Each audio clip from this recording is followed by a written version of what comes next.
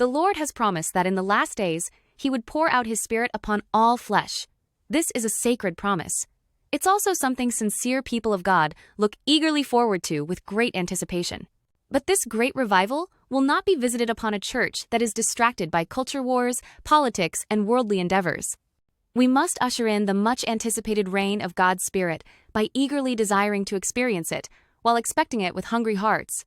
We invite you to come by this weekend and join with us as we, with zeal and fervor, worship the Lord and seek His face.